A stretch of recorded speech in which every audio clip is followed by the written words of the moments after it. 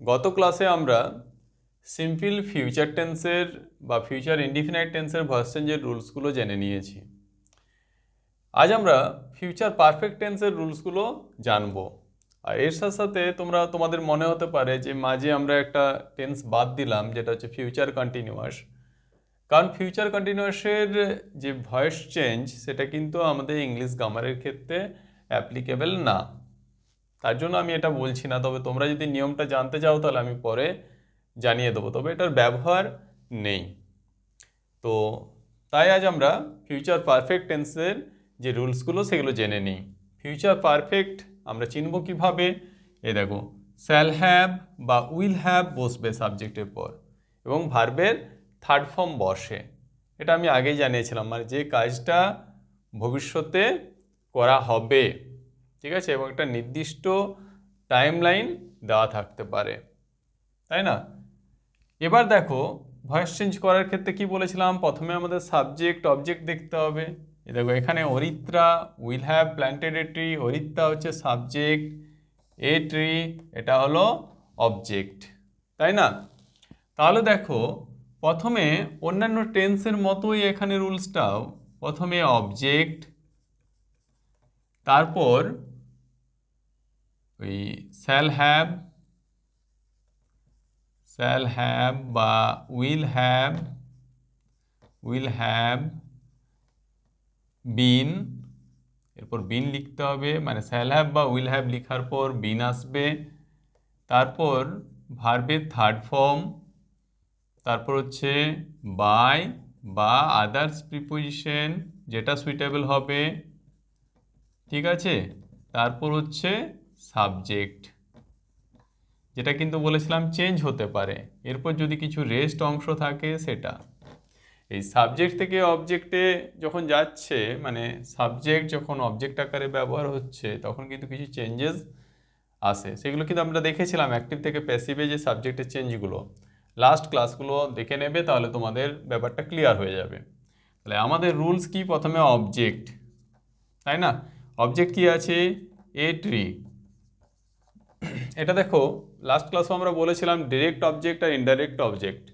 এই যে ট্রি, এটা কিন্তু এটা হচ্ছে direct object.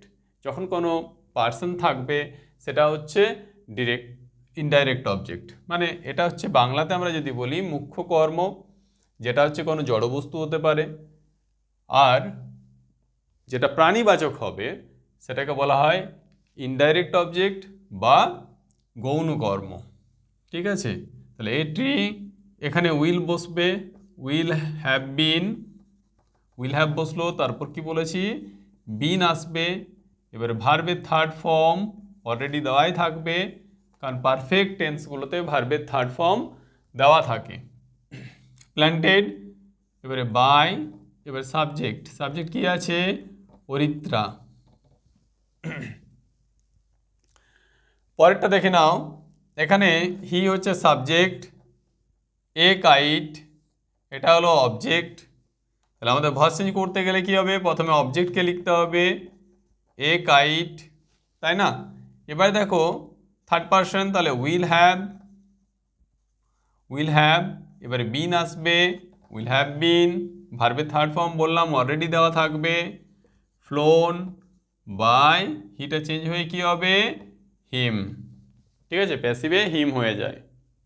The police will have arrested the thieves, police চোরগুলোকে অ্যারেস্ট করে থাকবে বা করিয়া থাকবে, ফিউচারে ঘটবে। তাই দেখো থিভসটা হচ্ছে অবজেক্ট, কাদেরকে অ্যারেস্ট করবে আমি বলেছিলাম, দেখো হোয়াট বা হুম দিয়ে কোশ্চেন করলে যেটা অ্যান্সার পাওয়া যায় সেটা হচ্ছে অবজেক্ট, আর ভার্বকে হু দিয়ে যখন কোশ্চেন করা হয়, কে বা কারা বাংলাতে যদি বলা হয়, তাহলে সেটা হচ্ছে আমাদের সাবজেক্ট। এখানে পুলিশ হচ্ছে সাবজেক্ট, ঠিক আছে? তাহলে এটা আমাদের প্রথমে অবজেক্টকে লিখতে হবে, দ্য থিভস, ঠিক আছে? এবারে will have been arrested,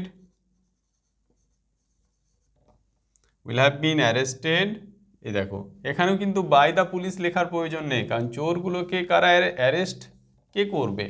police করবে, তাই না? তাহলে এই সমস্ত ক্ষেত্রে যেমন দেখো লাস্ট ক্লাসে বলেছিলাম পিপিল দিয়ে একটা ছিল, সামওয়ান যদি থাকে, সেরকম পুলিশ বা আদার্স যেগুলো জেনারেলাইজ সেন্স, এই যে অ্যারেস্ট করাটা কার সাথে সম্পর্কিত, পুলিশের সাথে, তাহলে সেই সমস্ত ক্ষেত্রে এই অবজেক্টটা আমরা লিখব না, যে বাই দ্য পুলিশ, ঠিক আছে, এটা আমরা লিখব না, মনে থাকে যেন। One will have done one's duty, দেখো এটাও সেম, অবজেক্টকে ওয়ান্স ডিউটি, সাবজেক্ট ওয়ান, তাই না? তাহলে এটা আসবে one's duty will have been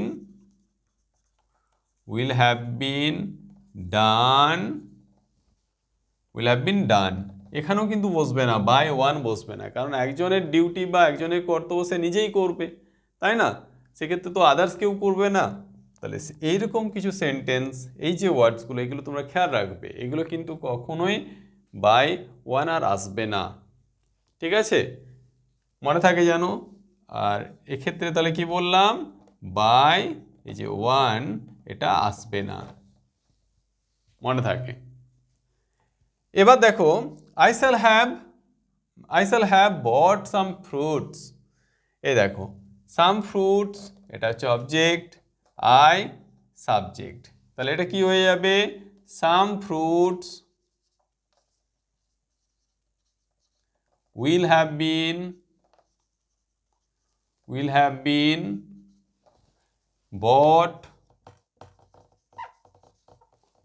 bought by, আইটা হয়ে যাবে মি, ঠিক আছে।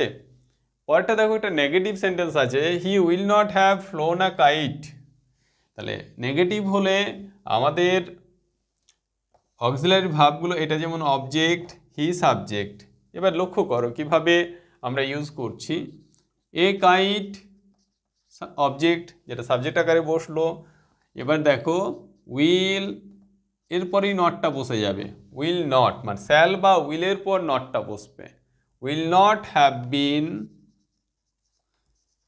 বিন ফ্লোন বাই হিম, ঠিক আছে, will not have been flown by হিম।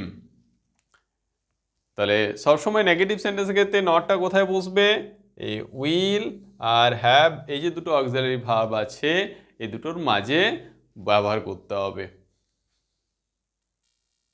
এখানে আরো কতগুলো ইন্টারোগেটিভ বা WH সেন্টেন্সের ভার্ব চেঞ্জের রুলসগুলো দেখে নিই। দেখো এটা আছে will you have written a letter, তো ইন্টারোগেটিভ হলো, আমি কি বলেছিলাম, প্রথমে সাবজেক্ট আর অবজেক্টকে তোমাদেরকে বেছে নিতে হবে, এবার অবজেক্টের পর যে অক্সিলারিটা বসে সেটা আগে বসবে, will a letter have been written by you, লক্ষ্য করো প্রথমে অক্সিলারি ভার্ব যেটা লেটারের পরে বসছিল উইল, এ লেটার, এবার দেখো দুটো অক্সিলারি আছে উইল হ্যাভ, তার মাঝে অবজেক্টটা বসে যাচ্ছে, এবার ভার্বের মানে বিন যেটা অলরেডি আসবে, তারপর ভার্বের থার্ড ফর্ম, তারপর একটা প্রিপোজিশন বলেছিলাম, এক্ষেত্রে বাই বসছে আর ইউ, তারপর ঠিক আছে, সাবজেক্টটা ইউ কোনো চেঞ্জ হয় না প্যাসিভে। তারপরটা দেখো একটা WH ওয়ার্ড আছে হাউ, আমি কি বলেছিলাম একমাত্র হুইয়ের ক্ষেত্রে আমাদের লক্ষ্য রাখতে হবে, বাকিগুলোর ক্ষেত্রে আমাদের সাবজেক্ট অবজেক্ট দুটোই দেওয়া থাকে, তাহলে ওটা যেমন আছে বসে যাবে। এ দেখো ইউ, এটা হচ্ছে সাবজেক্ট, দ্য প্রবলেম এটা হলো object, how will you have solve the problem, WH word বসে গেল, দ্য প্রবলেমের পর উইল বসবে, হাউ উইল দ্য প্রবলেম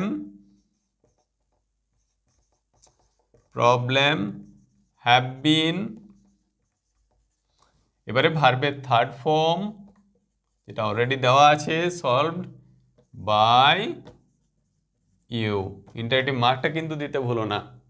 তাহলে কি হলো, how will the problem have been solved by you. পরেরটা দেখো, এই দেখো এখানে WH ওয়ার্ড হু আছে, হু থাকলে কি বলেছিলাম, বাই হুম হয়, কেন হয় সেটাও কিন্তু আমি আগে বলেছি, কারণ হু হচ্ছে সাবজেক্ট, তাই না? তাই সাবজেক্ট যখন অবজেক্ট হবে সেটা বাই হুম, বাই বা আদার্স প্রিপোজিশনের পর বসে, এক্ষেত্রেও এটা সেই কারণেই হচ্ছে বাই হুম। এবার দেখো অবজেক্ট দ্য রিস্ক, তাই না? তা by whom will the risk have been, will the risk have been taken. ঠিক আছে, মনে রাখবে এটা। তাহলে হু থাকলে বাই হুম, যেহেতু এটা future perfect auxiliary verb will চলে এলো। এবারে অবজেক্টটা the risk have been, have, এবারে বিন আমি যেটা বলেছিলাম যে সাবজেক্ট মানে অবজেক্ট যেটা সাবজেক্ট আকারে আসছে বা অবজেক্টটা দুটো অক্সিলারি ভার্বের মাঝে বসবে, তারপর বিন হবে, তারপর ভার্বের থার্ড ফর্ম, তাই না? এবার দেখো আদার্স একটা ডাব্লিউএইচ ওয়ার্ড আছে হাউ, এখানেও subject I, object this work, তাই না? তাহলে আদার্স ডাব্লিউএইচ ওয়ার্ডের ক্ষেত্রে কি বলেছিলাম, ওটাই বসে যাবে হাউ উইল, এই দিস ওয়ার্কের পর কিন্তু উইল বসে, সেটা আগে চলে আসবে। How will this work have been finished by, এটা হয়ে যাবে মি, তারপর ইন্টারেক্টিভ মার্ক দিতে হবে। পরেরটা দেখো কোশ্চেন নাম্বার 11, এখানে হোয়াই আছে, তো হোয়াই থাকলে এটাও একটা আলাদা ডাব্লিউএইচ ওয়ার্ড, তাই না? বা ডাব্লিউএইচ ওয়ার্ড, তো ডাব্লিউএইচ ওয়ার্ড হলে কি বলেছিলাম সেটা বসে যাবে। এবার দেখো হি হচ্ছে সাবজেক্ট, মি হচ্ছে অবজেক্ট। হাউ, এবার তো মিটা কি হবে আই, আয়ের পর কিন্তু উইল বসে না, আয়ের পর কি বসে শ্যাল, তাহলে হোয়াই শ্যাল, এটা যেহেতু ইন্টারেক্টিভ অক্সিলারি ভার্বটা আগে চলে আসবে। How shall I have been cheated by him. ঠিক আছে, তাহলে এই হলো আমাদের ফিউচার পারফেক্ট টেন্সের ভয়েস চেঞ্জের রুলসগুলো। তোমরা এগুলো অবশ্যই খাতায় নোট ডাউন করবে। এরপর যখন আমরা মিক্স সেট দেবো আর পুরো কোর্সটা কমপ্লিট হওয়ার পর এখনও আমরা কোয়াসি প্যাসিভ, ইনফিনিটিভ বা কমপ্লেক্স সেন্টেন্সের ভয়েস চেঞ্জ কীভাবে করতে হয় সেগুলো তোমাদেরকে ক্লাসের মাধ্যমে বুঝিয়ে দেবো। ঠিক আছে, তো ক্লাসটা ভালো লাগলে অবশ্যই লাইক করবে, এবং যারা এখনও আমাদের চ্যানেল সাবস্ক্রাইব করেনি তারা অবশ্যই সাবস্ক্রাইব করে নেবে এই ধরনের গ্রামারের যে ক্লাসগুলো রেগুলারলি পাওয়ার জন্য।